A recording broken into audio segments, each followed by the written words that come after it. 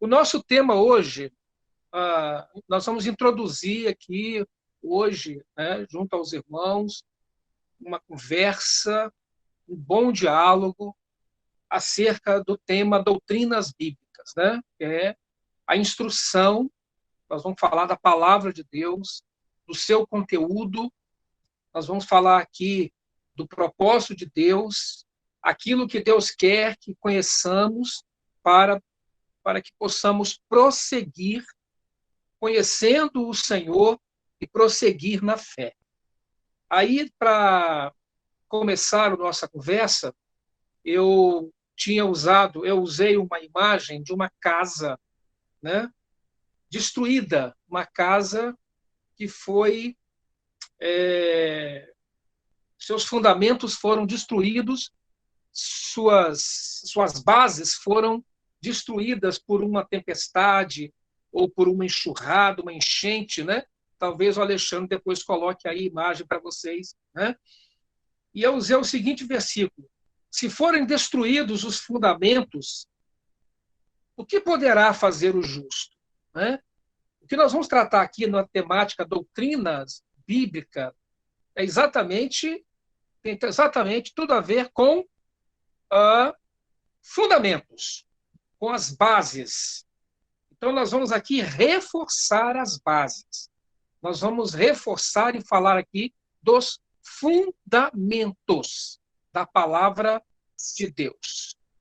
Tá bom? Onde foram parar todos os alicerces da nossa sólida doutrina cristã? Não já pararam para pensar nisso? Que hoje nós estamos vivendo, alguém criou uma expressão self-service, né? Hoje a doutrina está assim, você vai a um supermercado e você escolhe o seu assunto preferido dentro da doutrina cristã para você fazer a sua defesa, se adequar àquele conceito, àquela visão, né? E ali você vai vivendo a sua vidinha, né? Mas o conceito de doutrina é diferente desse que a gente conhece hoje aí, né? Conseguiu, Alexandre, achar aí a aula? Está abrindo aqui, irmão. Ok. Bom, mais um minutinho só. Vamos seguir em frente. Para a gente começar a nossa conversa, nós vamos ler o texto de 1 Pedro, capítulo 2, versículos de 1 a 3. Eu vou ler para os irmãos. Tá? Já consegui aqui, vou compartilhar. Ok. Eu estou usando aqui a versão Almeida Corrigida Fiel, né? Que diz assim, versículo 1, o primeiro versículo: deixando, pois, toda malícia, todo engano e fingimentos, invejas e toda maledicência, desejai afetuosamente, como meninos novamente nascidos, o leite racional, genuíno, não falsificado, para que por ele vades crescendo, através do bom alimento, do leite genuíno, para irmos crescendo. Se é que já provaste que o Senhor é benigno. Né? Pode passar ao próximo slide, Michel. Observem bem, irmãos, que este texto ele traz uma realidade sobre a questão da doutrina. Primeiro, no versículo 1, nós temos aí, né, o nosso irmão Pedro, ele escreve, e ele fala de malícia, de engano, de fingimento, de inveja, maledicência. Isso, na verdade, diz respeito ao viver carnal, sem maturidade, sem conhecimento, sem disciplina e sem crescimento espiritual. Não é verdade? A pessoa que não conhece o Senhor, ou que mesmo esteja se reunindo, né, no ambiente da igreja, quando ela não cresce espiritualmente, na fé, no conhecimento de Deus, da doutrina, da sã doutrina, ela vai viver esse tipo de vida. Essa vida ainda muito focada, né, num viver carnal, sem maturidade. Né? E isso não é só característica do homem natural. Muitas vezes, alguns crentes não avançam espiritualmente, alguns chamados crentes não avançam espiritualmente, exatamente porque eles, versículo 2, não desejam afetuosamente, né? Não desejam crescer espiritualmente. Ele diz assim: desejai afetuosamente, como meninos novamente nascidos, o leite genuíno, racional, não falsificado, para que por ele vades crescendo. Ou seja, irmãos, desejando o crescimento e se alimentando na doutrina. Pedro está falando aí da doutrina. O que é que faz o crente crescer? O alimento. Que alimento é esse? A sã doutrina. Eu estou falando de instrução bíblica, conhecimento bíblico. Né? E aí ele, no versículo 3, ele deixa bem claro: se é que já provaste que o Senhor é benigno. O que quer dizer isso? Ele estabelece uma condição para que você saia do viver carnal, para que você cresça se alimentando da sã doutrina. Qual é a condição? Primeira, conhecer o Senhor, que é o provedor do alimento, aquele que dá o crescimento. Então, nesse texto de 1 Pedro 2, de 1 a 3, nós temos aí a realidade da importância da sã doutrina para a edificação dos santos. Né? A crente, aquele que é convertido, ele vai se alimentar desse alimento. Ele vai beber, ele vai desejar a palavra. Ele vai buscar na palavra. É da palavra que ele vai buscar o suprimento de vida para crescer saudavelmente, para viver, para poder existir, né, numa situação como essa, de tanta penúria espiritual que a gente vive. Né? Jesus deixa bem claro isso quando ele, o próximo slide, quando ele se encontra com Nicodemos, irmãos. Observem bem a conversa de Jesus com Nicodemos. Próximo slide, Alexandre. Eu peguei aqui a Bíblia Viva, né? Jesus nos dá a senha para quem deseja crescer. Qual é a senha? Primeiro, precisa nascer de novo. Primeiro, precisa nascer de novo. E eu vou fazer a leitura aqui do texto de João 3, de 1 a 7. Né? Se o irmão puder passar aí também na tela o texto, vai ser bom para os irmãos poderem acompanhar, porque eu vou fazer a leitura na Bíblia Viva. Né? Diz assim: uma noite, um líder religioso judaico chamado Nicodemos, membro de um grupo dos fariseus, veio fazer uma visita a Jesus. Senhor, disse ele, todos nós sabemos que Deus enviou o Senhor para nos ensinar. Os seus milagres são a prova disso. E Jesus respondeu: Nicodemos, com toda a sinceridade que tenho, digo-lhe isso. Se você não nascer de novo, nunca poderá entrar no reino de Deus. Nascer de novo? Exclamou Nicodemos. O que quer dizer isso, Senhor? Como pode um homem velho como eu voltar para o ventre da mãe e nascer outra vez? Jesus respondeu: o que eu lhe estou dizendo, tão sinceramente, é isso. Se alguém não nascer da água do Espírito, não pode entrar no reino de Deus. Os homens só podem produzir vida humana, mas o Espírito Santo é que dá a vida do céu. Portanto, meu caro mestre, não se admire da minha declaração de que você precisa nascer de novo. Ou seja, irmãos, nessa conversa de Jesus com Nicodemos, Jesus revelou a Nicodemos o cerne, a medula espinhal e central da sã doutrina. Jesus foi na essência, no âmago, no coração, de onde o sangue é bombeado para todas as demais partes do corpo, né? Ou seja, Jesus falou qual é o segredo para alguém viver e desejar a sã doutrina. Primeiro é preciso nascer de novo. Nasceu da água, né? Você pode produzir vida humana, e é só isso, nada mais. Mas aquele que nasce do Espírito passa a ter uma vida do céu, passa a receber suprimento do céu para poder viver neste mundo, né? Então, é a partir do novo nascimento, irmãos, que tudo começa, tudo se ajusta no reino, né? É a partir daí. Esse é o ponto de partida. E agora, voltando, né? Pode adiantar, meu irmão, mais um slide aí. Voltando ao texto inicial, lá de 1 Pedro, né? Capítulo 2, 1 a 3, eu vou fazer uma leitura desse texto, invertendo a ordem dos versículos, para você ter uma ideia de como Jesus foi claro e preciso. E Pedro aqui deixa bem claro para a gente, né? Mesmo invertendo a ordem dos versículos, vai ficar mais claro ainda para a gente,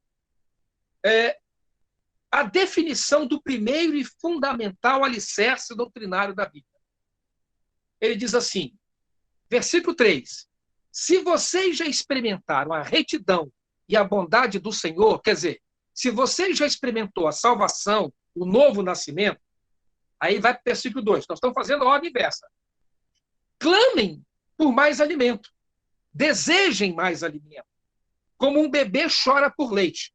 Ou seja, se você nasceu de novo, você vai chorar por leite, você vai querer mamar, você vai querer se alimentar, porque você vai sentir fome, que o Espírito vai gerar fome da palavra em você, né? E ele diz assim no texto, como a palavra de Deus, leiam-na, pensem nela e cresçam fortes no Senhor. Então, eu estou invertendo a ordem dos versículos. Se vocês já experimentaram a salvação, a bondade do Senhor na vida de vocês, vocês vão desejar o leite, vocês vão desejar se alimentar. Vocês vão desejar porque vocês vão ter necessidade. E aí, o que acontece, irmãos? Lá no versículo 1, diz assim, portanto, libertem-se dos seus sentimentos de ódio. Ou seja, na medida em que eu me alimento da palavra, que eu recebo a sã doutrina, o que vai acontecer comigo? Eu vou sendo curado, alimentado, né? Os meus sentimentos de ódio, de maldade vão desaparecendo. Ele diz aqui, não se finjam de bons, acabem com a falta de sinceridade, ciúmes, parem de falar uns dos outros por trás. Por quê? A sã doutrina, irmãos, ela nos cura. O conhecimento da palavra de Deus traz crescimento e maturidade cristã. Vocês entenderam? Eu comecei lendo o versículo na sequência da Bíblia. E aqui eu fiz uma inversão. A condição para nós crescermos, primeira, o fundamento primeiro do alicerce da doutrina bíblica é o novo nascimento. É por isso que nós temos que pregar salvação. As pessoas precisam entregar a vida a Jesus. Elas precisam se arrepender. Elas precisam confessar. Nós fizemos isso, né? Nós recebemos vida de Deus em nós. E aí a fome vem. A vontade de crescer vem, né? E aí eu pergunto a vocês, por que muitos não crescem? Por que não amadurecem na fé? Sabendo que o alimento é a sã doutrina. Está aqui, é o leite genuíno, puro, não contaminado. Né? Por que muitos não crescem e não amadurecem na fé? Eu coloquei aqui três questões por isso acontece. Por que isso acontece? Primeiro, é porque falta o novo nascimento. Ainda não provaram da bondade do Senhor. Nós temos que ter muito cuidado quando falamos, né? Ah, tem muita gente na igreja assim, tem muita gente assim, tem muita gente fazendo isso.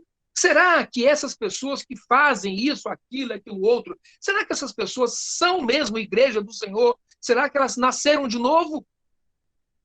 Será que eu não estou cometendo um pecado, manchando a igreja do Senhor, que é a coluna e base da verdade, a santidade de Deus, a essência de Deus na terra? Será que eu não estou falando um absurdo quando eu falo que na igreja tem um monte de gente com pecado? Será que essas pessoas são mesmo renascidas? Será que elas experimentaram que o Senhor é bom? Essa pode ser a primeira causa. O segundo fator, estão subnutridos. São salvos, mas não estão nutridos. Né? Não se alimentam do leite genuíno, que é a sã doutrina. E se comem ou se bebem, bebem pouco. Não se esforçam, não choram, não pedem o seio materno para poder se alimentar. Ficam ali acomodados no seu berço, né? E não crescem por isso. A palavra está diante deles, mas não se esforçam para se alimentar da palavra. E, por fim, tem um terceiro fator também. Pessoas que estão se alimentando na mesa errada. Ou seja, estão se alimentando de guloseimas calóricas, de heresias e enganos teológicos. Como crianças em festas infantis, vão pegando tudo pela frente e se empanturrando de porcarias. E aí vão surgindo os problemas. O que acontece quando uma pessoa come e não tem controle, não tem uma disciplina alimentar? Vai comendo tudo que tem pela frente. Ela vai ter problema de pressão, de circulação, sobrepeso, diabetes e toda sorte de enfermidades. Não é diferente no mundo espiritual. Se você não se alimenta da sã doutrina e você vai comendo qualquer coisa, vai se alimentando de qualquer coisa, sem peneirar, sem julgar, sem examinar, você vai adoecer.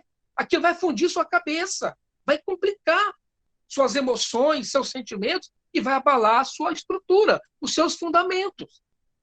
Por isso, irmãos, nós temos que estar atentos, muito atentos, àquilo que estamos recebendo, aquilo que está chegando à nossa mente através do celular, através desses cultos que vão acontecendo por aí afora, né? De que você está se alimentando? O que você está... em que mesa você está sentado para se alimentar? Na mesa do Senhor, né? Ou, digamos assim, nas mesas das guloseimas calóricas, das heresias e dos enganos teológicos? Porque tudo isso é muito apetitoso. Você, quando ouve uma pregação da teologia da prosperidade, você fica louco. Quem é que não quer ter um carro zero? Quem é que não quer ter uma casa de luxo? Quem é que não quer viajar para a Europa, para o mundo inteiro? Quem não quer? Claro que todo mundo quer. Mas é aí que está o engano. A sedução desse cristianismo que não tem fundamento na sã doutrina, mas em doutrinas de homens ou em doutrinas de demônios. Próximo slide, querido. Mas o que é doutrina e o que não é doutrina? Né? Vamos tentar fazer uma definição aqui, mais claro para a gente. Né? O que é doutrina? Está escrito aqui, ó, é doutrina. Pilar de sustentação da fé. Ou seja, retirar desse pilar, retirar dessa viga, o edifício desmorona. Bom, quem mexe com construção certamente sabe bem o que eu estou falando. Né? Quando eu fui fazer uma reforma aqui no meu apartamento, em certa ocasião, o rapaz que veio fazer obra aqui, ele pediu a planta. Para quê? Para ele saber onde estavam a parede hidráulica, saber tudo como é que está, onde é que estão as colunas do prédio, do meu apartamento. Por quê? Se você atinge a coluna, você atinge a estrutura. Né? Então, Paulo fala que doutrina é aquilo que sustenta a minha fé, sustenta o edifício, sustenta a casa de Deus. Né? Então, a questão é essa. Paulo dá um exemplo sobre a doutrina da ressurreição. Ele diz assim, 1 Coríntios 15, 16 e 19. Porque se os mortos não ressuscitam, estava surgindo lá em Corinto um grupo levando uma doutrina, um ensino errado, questionando a ressurreição de Jesus. Né? Existem hoje muitas teologias liberais que questionam, inclusive, a ressurreição de Jesus. Então, Paulo diz assim, Porque se os mortos não ressuscitam, também Cristo não ressuscitou. E se Cristo não ressuscitou, é vã a nossa ou a vossa fé. E ainda permaneceis nos vossos pecados. Olha como uma coisa vai desmoronando. E também os que dormiram em Cristo estão perdidos. Olha como vai tudo se desfazendo.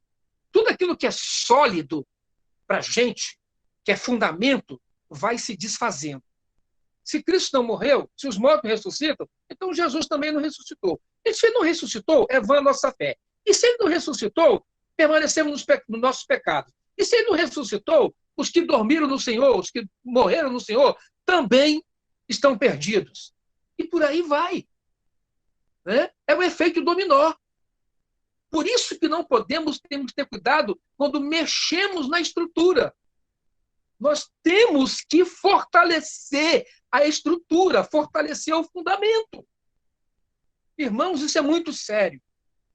Eu tenho visto a quantidade de pessoas que estão vivendo um processo de apostasia e abandonando a fé e descrendo, principalmente no meio da juventude. Por quê?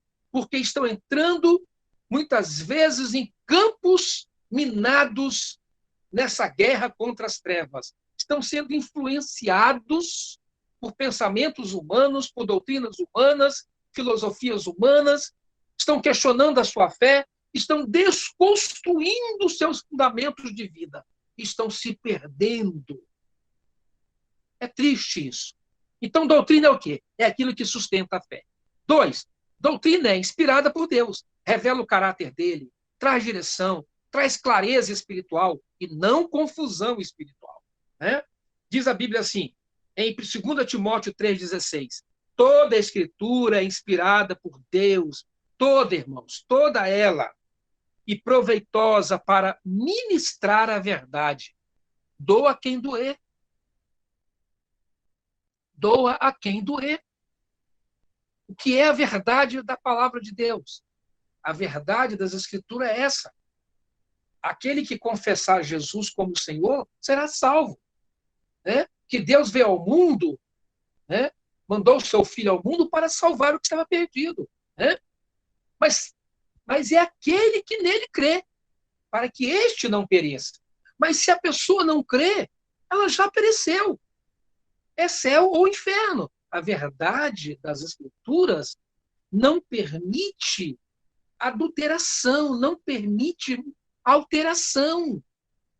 Por isso, irmãos, a palavra de Deus, ela é proveitosa para ministrar o salvo na verdade, para repreender o mal. O que é o mal? É o engano, a mentira. Para corrigir o erro. O que é o erro? É o desvio, é a heresia. E para ensinar a maneira certa de viver. Por isso, a sã doutrina, ela é fundamental para o crente. 3, produz salvação, santificação, vida, testemunho. Essa é a sã doutrina. Né? Ela não produz uma mudança externa, uma aparência externa, exteriorizada, não. É de dentro para fora. Né?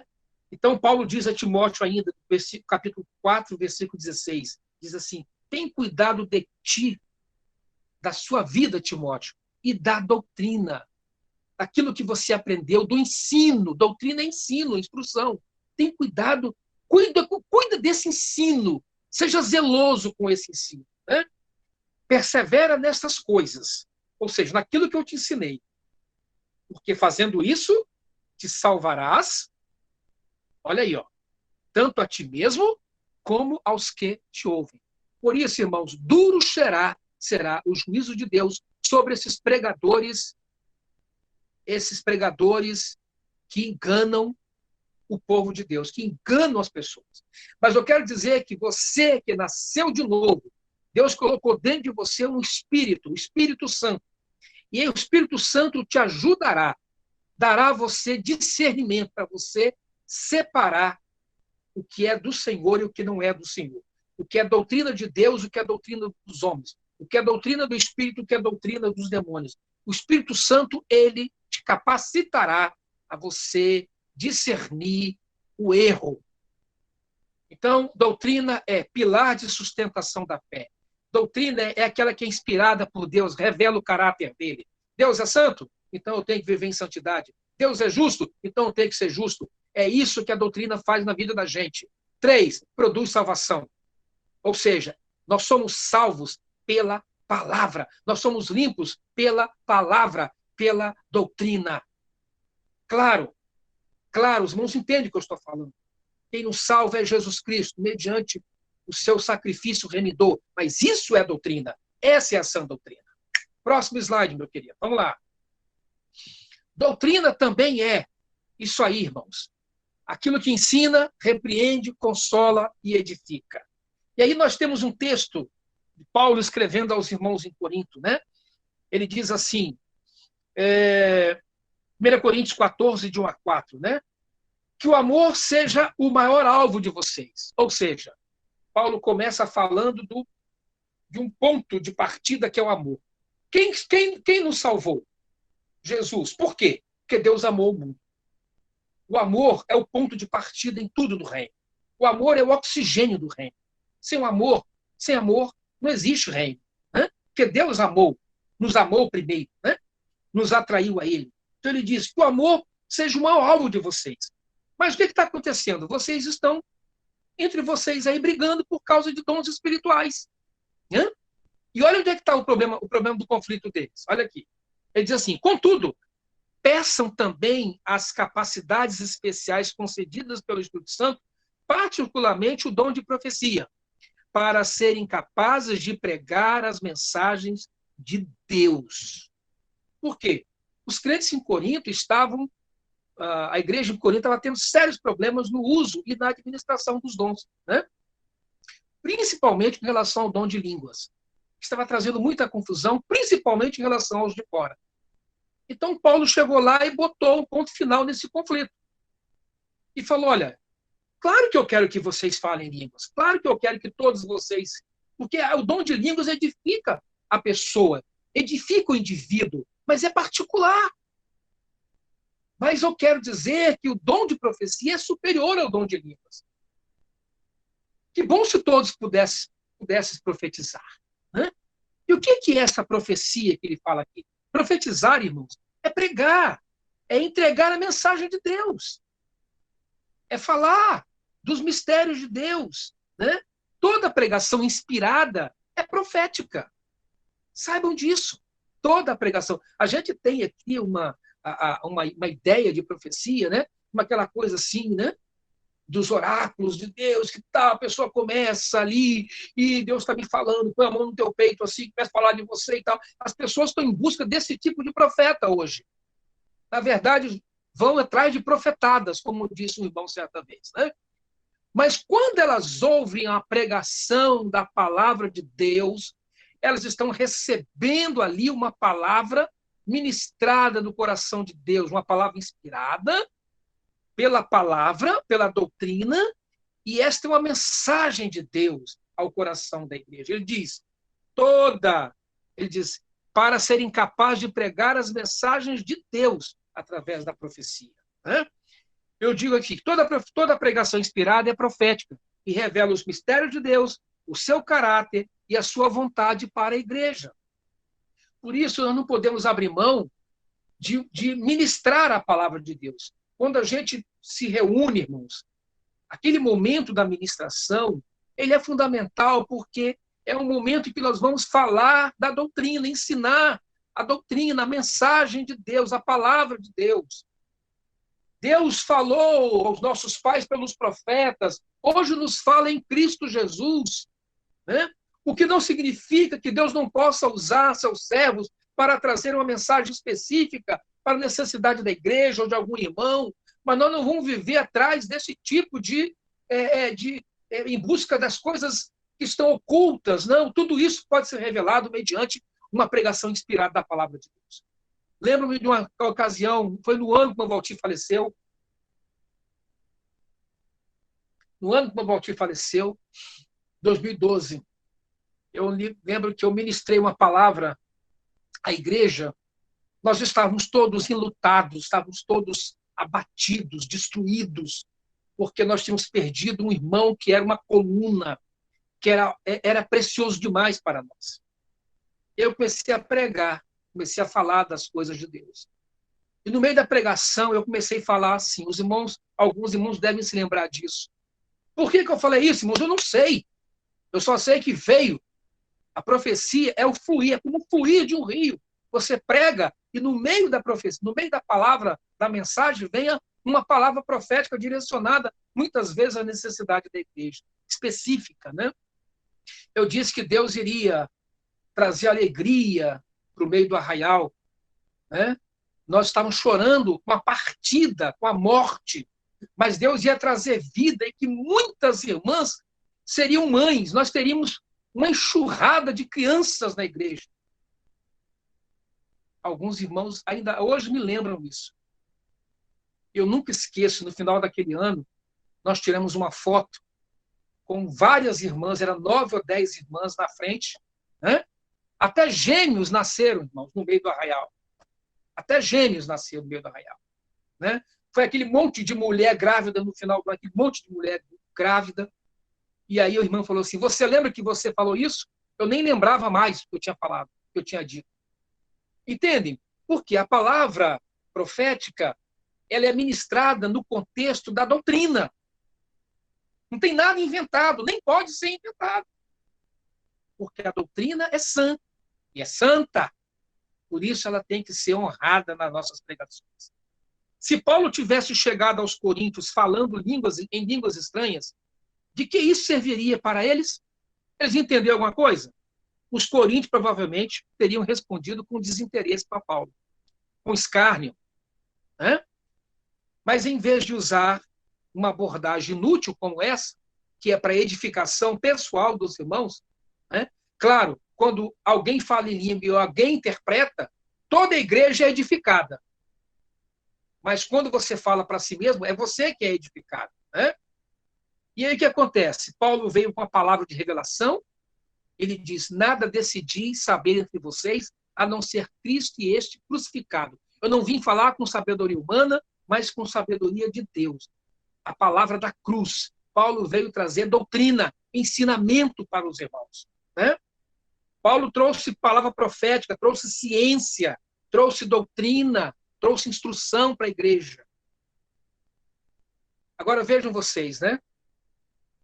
Como é rico o trabalhar de Deus. Por isso eu quero orientar os irmãos, fique atentos, irmãos, ao ensino que é dado. Fique atento a... Bovalti dizia sempre para a gente, né? Tudo aquilo que eu estou pregando aqui, chega em casa, examina, anota aí. Se não estiver de acordo com a doutrina bíblica, joga fora. Fiquem com a Bíblia e não comigo. Fiquem com a Bíblia.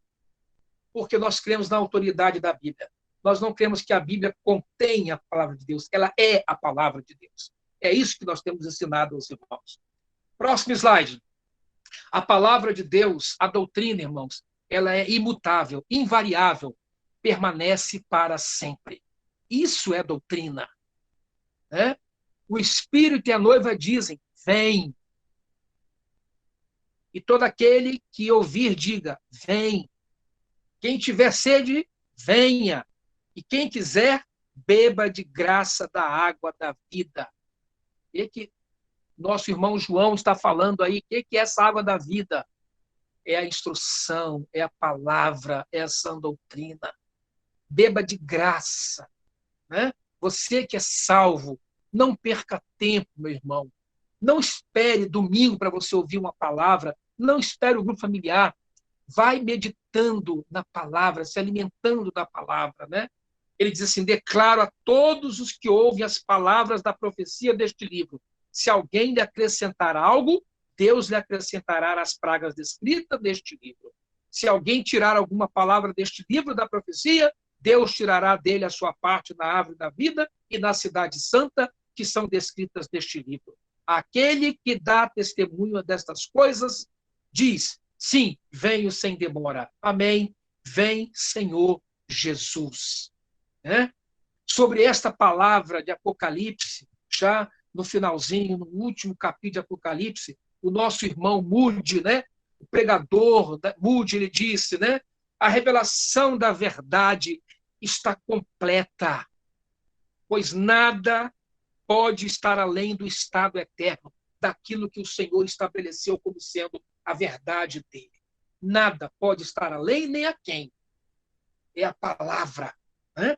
Enquanto letra estrita, a ameaça desta terrível advertência se aplica ao Apocalipse. Visto, olha isso aqui, irmãos, visto, no entanto, que essa porção do livro de Deus está enraizada e interligada com toda a palavra de Deus, torna-se impossível falsificar este livro final sem maltratar, sem adulterar, sem descaracterizar o que Deus nos concedeu antes na palavra dele. Ou seja, nós não estamos falando aqui só de Apocalipse. Nós estamos falando da palavra que permanece para sempre. A palavra de Deus é imutável, não tem como mudar. Não existe uma teologia da adaptação, uma teologia da acomodação, não existe uma teologia da modernização, não existe. A palavra de Deus é a mesma que permanece eternamente, desde o princípio. Glória a Deus por isso. Glória a Deus. Próximo slide. Não é doutrina. O que não é a doutrina? Agora eu quero, e caminhamos para o final aqui, graças a Deus, o que não é a doutrina, né? Você já ouviu alguém falar com você assim, irmão, mas cada igreja tem a sua doutrina, né? Você já ouviu alguém falar com você assim? Cada igreja tem a sua doutrina? Pois é. Quando alguém fala isso com você, ou se você já falou isso, deixa eu te falar uma coisa, meu irmão. Certamente você está se referindo àquilo que nós vamos falar e ver agora, aqui nesse momento da aula, né? A doutrina bíblica é uma só. Ela é invariável. Ela não muda, né?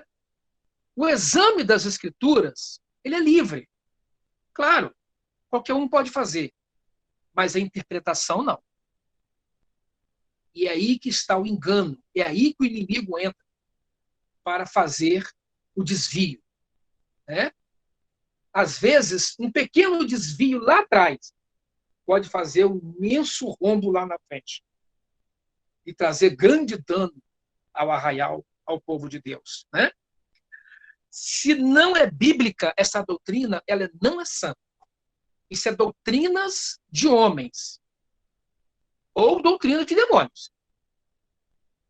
Mas o que está escrito na palavra, o que não muda, o que é fundamento, aquilo que nós chamamos de pilar de sustentação da fé, aquilo que é inspirado por Deus, que fala do caráter dele, aquilo que produz salvação, produz santificação, isso não muda. Não pode mudar. Então, o que não é doutrina? Primeiro, usos e costumes. Né? Roupas, comidas, bebidas. Você sabia que tem muita gente que vai para o céu, às vezes, vai para o céu, mesmo não conseguindo se libertar muitas vezes de uma bebida, vai para o céu porque é crente, mas tem uma fraqueza. O reino de Deus não é comida, não é bebida. O reino de Deus é alegria, gozo e paz no Espírito Santo. E a gente julga as pessoas por causa da fraqueza dessa pessoa. A gente julga. Olha como a coisa é séria. Né? Então, o que acontece? Roupas, comidas, bebidas, é isso que muitas vezes está na doutrina aí das chamadas denominações. Né? Não pode usar isso, não pode usar aquilo, não pode raspar o cabelo, não pode raspar aquilo ali, o homem não pode fazer assim. Começa a fazer aquele monte de dogmas, né? Mas é claro que é com base na sã doutrina que eu vou definir meus usos e costumes. Está aí escrito aí no texto. Tudo me é lícito, mas nem tudo convém. Né? Mas uma coisa é certa, usos e costumes não têm relação com a sã doutrina. Apesar de que a sã doutrina muda completamente a minha posição em relação aos costumes e aos meus usos. Por exemplo, alguém diz assim, gosto de me vestir decentemente. Isso é costume. Tem gente que é mais perua, roupa mais extravagante, tem gente que gosta de roupa mais justa. Né? Gente de calça comprida, gente com essa saia. Isso é costume. Agora, quando você diz assim, visto-me decentemente, pois sua habitação do Espírito Santo, aí você está falando em doutrina. Aí você está dizendo por que você se veste desse jeito. Aí você tem um fundamento. Aí você tem um ensinamento. Aí sim, isso faz a diferença. Quando alguém nascido de novo tem o Espírito Santo, ele não precisa de instrutor. O próprio Espírito Santo vai ensinar para ele. Essa veste aí está adequada para você? É isso aí? Você sabia que eu habito no seu corpo?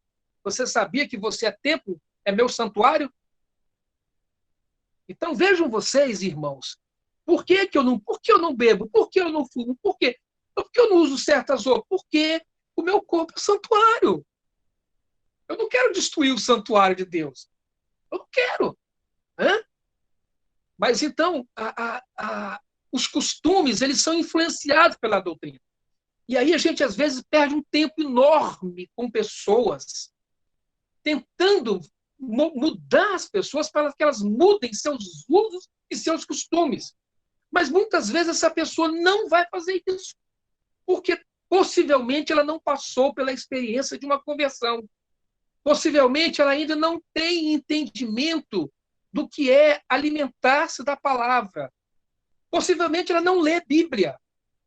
É muito comum, eu fui orientar uma vez uma jovem, ela disse assim, nossa, mas isso tem na Bíblia? Eu falei, tem, filha, está escrito na Bíblia. Porque não leem, não se alimentam. Então, preste atenção, irmãos. Pare de perder tempo com essa questão de usos e costumes. Nós vamos ensinar a igreja, nós vamos instruir a igreja, vamos falar da parte do Senhor, mas vamos falar na doutrina, porque eu só vou mudar meus usos e costumes porque existe um fundamento, existe uma explicação, existe uma razão de ser.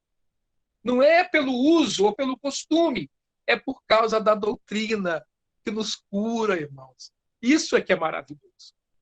Também não é doutrina, experiências pessoais. Cair, pular, dançar, chorar. Né? Olha o que diz um rapazinho aí. Ó. Estava orando, fui fortemente tocado e chorei muito na presença de Deus. Isso é experiência. Não significa que todo mundo vai se ajoelhar e vai orar, vai chorar. Sabe? Vai se ajoelhar, vai ter uma experiência diferente. Isso é experiência. Agora, quando ele me diz assim, eu estava orando, eu fui tocado e quebrantado ao confessar o meu pecado. A presença de Deus me levou ao arrependimento e mudou a minha história. E isso é doutrina. Por que ele chorou, se quebrantou? Porque ele confessou. Porque ele se arrependeu. O Espírito Santo trouxe alívio, mudou a história dele. Tudo, irmãos, o fundamento é a doutrina. Então, esse negócio de cair, não cair. Eu lembro de uma vez o irmão falou assim, irmão, fulano caiu de novo. Aí alguém falou assim, levantou melhor? Caiu, se levantou igual estava antes. Ou se está pior, é porque esse cair não significa nada. Às vezes é só uma emoção.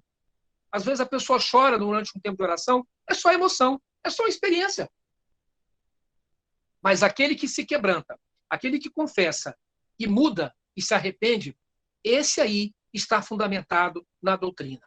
Quando eu peco, irmãos, quando eu entro em crise comigo aqui, eu corro para o meu quarto, eu corro para a palavra de Deus, eu vou para a oração, eu choro, eu confesso, eu me arrependo, porque eu estou fundamentado na doutrina. Doutrina é para isso, é para te dar estrutura, para te dar base, para você tocar a sua vida. Próximo slide. Estamos caminhando para o final, viu, irmãos? Outra coisa que não é doutrina, ritos e tradições.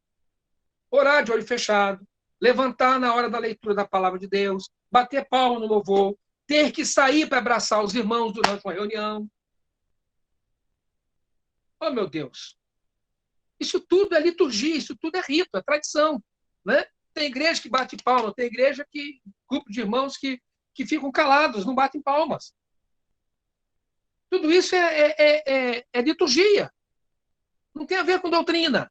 Olha aqui, diz aqui, fulano é frio, não bate palma no louvor, nem sai para abraçar os irmãos, não viu orando, nem ficou em pé na hora da leitura bíblica.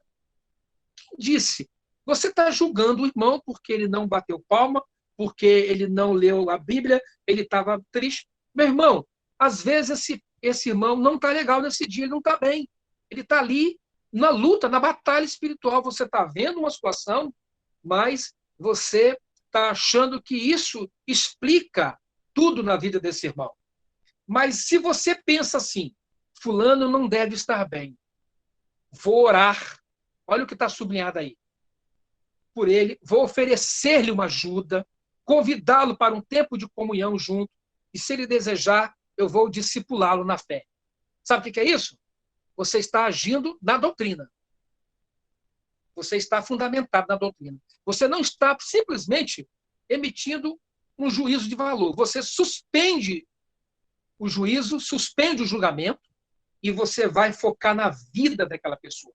Que a Bíblia me instrui que os que estão mais fortalecidos vão ajudar os que estão mais necessitados, os que estão mais precisando de ajuda para crescer na fé. E isso vem através do discipulado, isso vem através da oração, isso vem através da comunhão. O que é isso? Isso é doutrina. Então, não fique preso à tradição, às ritos, né? Às liturgias. Não, cada irmão tem um jeito diferente de ser, né? Você via, às vezes, irmãos ali, de um lado está Maria Dilce, de um lado, e do outro lado estava um irmão diferente, um temperamento mais efusivo, aí estava a Dilce toda quietinha ali, batendo palma, assim, bem devagarzinho, com aquele jeitinho dela, e o irmão do lado pulando, saltitando, porque nós estamos falando de pessoas diferentes, temperamentos diferentes, personalidades diferentes, e tem a ver com a liturgia de cada um. Então, eu não posso transformar isso, né, em um caminhão de problema. Né? Por fim, irmãos, caminhemos, pois, firmados no firme fundamento, né, que é Jesus. Né? É interessante que hoje muitos evangélicos vivem de ritos, de tradições, usos e costumes. Né? Diz assim, eu não vou ficar nessa igreja porque essa igreja aqui ela não faz isso. Eu não vou ficar nessa igreja porque aqui não tem dom de língua. Eu não vou ficar nessa igreja porque aqui eles não batem palma. Cada um vai buscando o seu cantinho de acordo com os ritos, as tradições, os costumes daquela comunidade. Né? E alguns querem que as suas experiências pessoais sejam transformadas em doutrina. Né? Nós temos um exemplo no capítulo 19 do livro de Atos, quando Paulo estava ali na cidade de Éfeso, ministrando a palavra de Deus, e havia uma grande ação de espíritos malignos, né? de paganismo, e as pessoas, Paulo não podia estar em todos os lugares, ele ficou 3 anos em Éfeso, 3 anos. Então as pessoas tinham tanta pressa para que a obra fosse realizada, que levavam, por exemplo, aventais dele, levavam lenços dele, e as pessoas eram curadas, e os espíritos malignos iam saindo. Mas Paulo fez disso a doutrina? Não, não fez. Foi uma experiência, foi uma circunstância que Deus usou ali, né, para que as coisas acontecessem. Então, tem experiências que a experiência serve para te edificar. Né?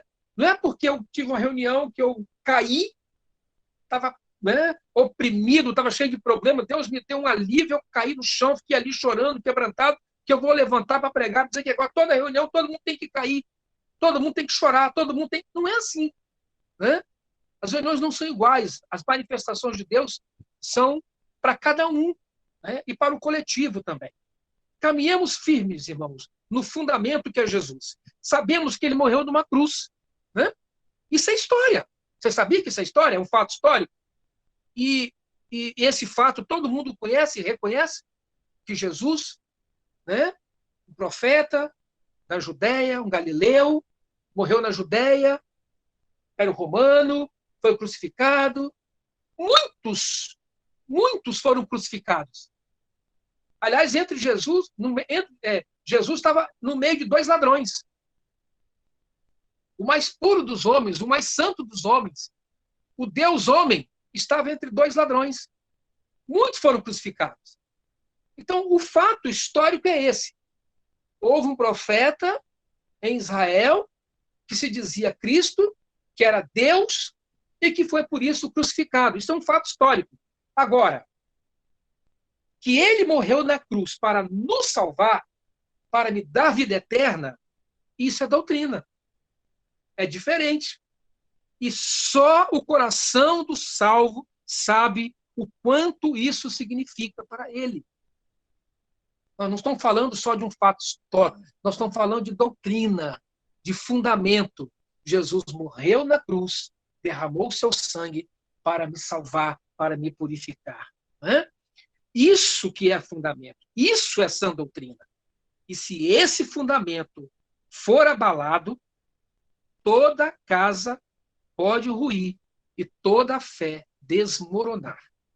Por isso, nós vamos focar nosso tempo aqui, nossos estudos, nestes fundamentos. Nós vamos reforçar as bases para a gente poder continuar caminhando na fé, se alimentando da palavra de Deus, buscando o Senhor, prosseguindo em conhecer o Senhor, sem se desviar e sem se afastar daquilo que está escrito. Não vamos ficar nas entrelinhas, nem nos achismos, nem nas nossas muitas interpretações. Nós vamos ficar no fundamento, no que é essencial, no que é fundamental, no que é o âmago das Escrituras. Por isso, irmãos, a palavra de Deus, ela é tão... Muitas pessoas são tão atribuladas quando é hora da pregação. Dá vontade para banheiro, dá vontade de ir da onde, não quer participar, dorme na hora, fica com o celular na mão. Por quê? O inimigo não quer que você reforce as suas bases, os seus fundamentos. E o fundamento é a palavra de Deus. Não é tradição, não é costume, não é liturgia, não é rito. Não estão falando disso. Não estão falando aqui de experiência, nós estamos falando de sã doutrina, instrução dada pelo Espírito Santo. Que o Senhor nos abençoe e que na próxima aula nós possamos caminhar um pouco mais para entender as doutrinas bíblicas.